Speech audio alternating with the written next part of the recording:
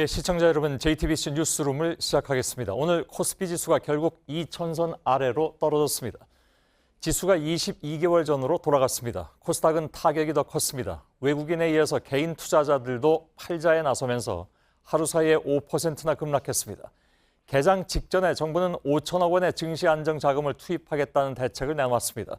2,000선 방어를 위해서 세계 금융위기 이후에 10년 만에 꺼내든 카드였습니다. 하지만 미중 무역 갈등, 경기 둔화, 금리 인상까지 겹겹이 쌓인 악재에 불안해진 투자자들을 달래기에는 역부족이었습니다. 이태경 기자입니다. 코스피 지수는 전거래일보다 1.53% 내린 1996.05로 마감했습니다. 2016년 12월 7일 이후 22개월 만에 심리적 저지선인 2,000선 밑으로 떨어진 겁니다. 코스닥 시장의 하락폭은 더 컸습니다. 전 거래일보다 5% 넘게 내린 629.70으로 장을 마쳤습니다. 앞서 오전 정부는 긴급 회의를 열고 증시 안정자금 5천억 원을 조성해 국내 주식에 투자하겠다는 대책을 내놨습니다. 개장 직후 코스피와 코스닥은 동반 상승하기도 했지만 오후 들어 하락세로 돌아선 뒤 장 막판 내림폭을 키웠습니다. 기관 투자가가 주식을 사들이며 방어에 나섰지만 개인과 외국인 투자자의 매도 공세를 막지는 못했습니다. 새로운 악재는 없었지만 미중 무역 갈등과 국내 경기 둔화에 대한 우려가 투자자들을 불안하게 했습니다. 여기에 몇몇 증권사가 최악의 경우 1900선도 무너질 수 있다는 비관적 전망을 내놓자 개인 투자자들이 투매에 나서며 주가를 끌어내렸습니다. 정부는 세계 증시 변동성에 우리 증시가 영향을 받는 건 불가피하지만 최근의 하락폭은 과도하다고 평가했습니다. 우리 기초체력 역시 다른 어떤 나라보다도 튼튼하므로 이번 조정 국면이 우리나라 증시에는 오히려 기회가 될 수도 있을 것입니다. 다른 아시아 증시도 고전을 면치 못했습니다. 중국 상하이 종합지수는 2.36%, 일본 니케이 지수는 0.16%씩 내린 채 장을 마쳤습니다. JTBC 이태경입니다. 예, 그렇다면 주식시장은 왜 이렇게 불안한가? 그리고 앞으로는 그러면 어떻게 되는 것인가? 남은 변수들을 좀 알아보도록 하겠습니다. 경제산업부의 송지혜 기자가 나와 있습니다.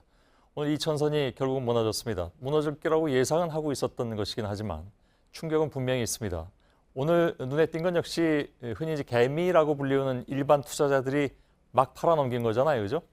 맞습니다. 지난주까지는 외국인들이 하락을 주도했습니다. 그런데 오늘은 개인들이 유가증권 시장에서만 4,800억 원어치를 내다 팔았습니다. 예. 개인, 즉 개미 투자자들이 주가가 2,000선 근처까지 오자 공포감에 주식을 내던지는 경우가 많았다는 분석입니다. 예, 지금 세계 전반적으로 증시가 좋지는 않습니다. 근데 우리는 이제 경제 여건, 그러니까 펀더멘털이라고 하죠. 거기에 비해서 너무 더 떨어진다라는 그 분석은 이미 나왔잖아요. 저희들도 그걸 전해드렸고. 근데 정부도 오늘 그런 우려를 동시에 내놨더군요. 원인이 뭐라고 얘기를 하고 있습니까? 네, 이달 들어 주가 낙폭만 비교를 해봐도 이 한국 증시가 다른 나라에 비해서 상대적으로 하락률이 큽니다. 미국이나 중국에서 번갈아 가면서 악재가 나올 때마다 같이 떨어지기 때문입니다. 예. 우리 경제가 아무래도 수출 중심이어서 이 무역 분쟁의 부정적인 영향을 크게 받고 있다는 분석이 많습니다. 여기에 내수 상황도 탄탄하지 못하다 보니 증시에 영향을 주는 성장률 등 거시 지표 둔화 속도가 빠르다는 지적입니다. 또 증시 자체도 외풍을 많이 타는 구조인데요. 이 신흥국 중에서는 자본시장 개방도가 높아서 외국인의 투자 비중이 높은 데다 거래도 수월하기 때문이죠. 예. 자, 이건 얘기하기가 굉장히 어려운 부분이긴 한데 앞으로는 어떨 것 같습니까? 지금 여러 가지 객관적인 그 조건을 보면 결코 좋아 보이진 않는데. 일단 전망은 밝지 않습니다. 이 주식시장이 가장 싫어하는 게 바로 불확실성인데요. 예. 무역 갈등이나 금리 결정 같은 이 불확실성을 키울 수 있는 변수들이 줄줄이 대기하고 있기 때문입니다. 이 때문에 증권사들은 대체로 다음 달에 코스피가 1950까지 떨어질 수 있다고 전망을 하고 있고 최악의 경우 저점을 1850까지 보는 곳도 있습니다. 예. 자, 주로 미국하고 중국하고 연관된 변수들이 제일 많이 있죠?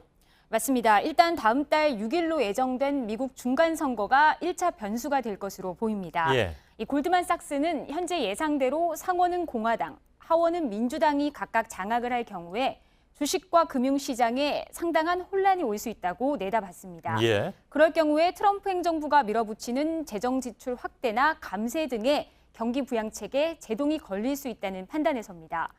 금리 문제와 관련해서는 7일과 8일 열리는 미 연방공개시장위원회 회의도 지켜봐야 합니다. 예. 또 다음 달 29일 미중 정상회담이 열릴 것이란 관측이 나오는데 회의가 열릴지 또 열린다면 어떤 결과가 나올지에 따라서도 시장이 요동칠 수 있습니다. 예. 그럼 우리 금리는 어떻게 됩니까? 지난달에 왜 그 얘기가 나왔잖아요. 이번 달이죠. 다음 달에는 올릴 듯한 그런 뉘앙스가 나왔었는데 오늘은 또 아니라면서요. 네, 일단 다음 달 30일에 올해 마지막 금융통화위원회 회의가 예정돼 있습니다. 이주열 한국은행 총재는 최근 금리 인상에 무게를 두는 듯한 그런 발언을 해왔는데 오늘은 톤이 좀 달라졌습니다. 직접 들어보시죠. 예. 하방 압력 그 요인이 좀 커 보이는 게 사실입니다. 그래서 저희들이 그런 것을 전부 같이 보고 판단을 좀 하도록 하겠습니다. 예. 금리 결정까지는 아직 한 달가량 남았지만 경기 둔화 걱정에다 또 증시 불안까지 겹치면서 한국은행의 딜레마도 갈수록 커지는 모습입니다. 예, 알겠습니다.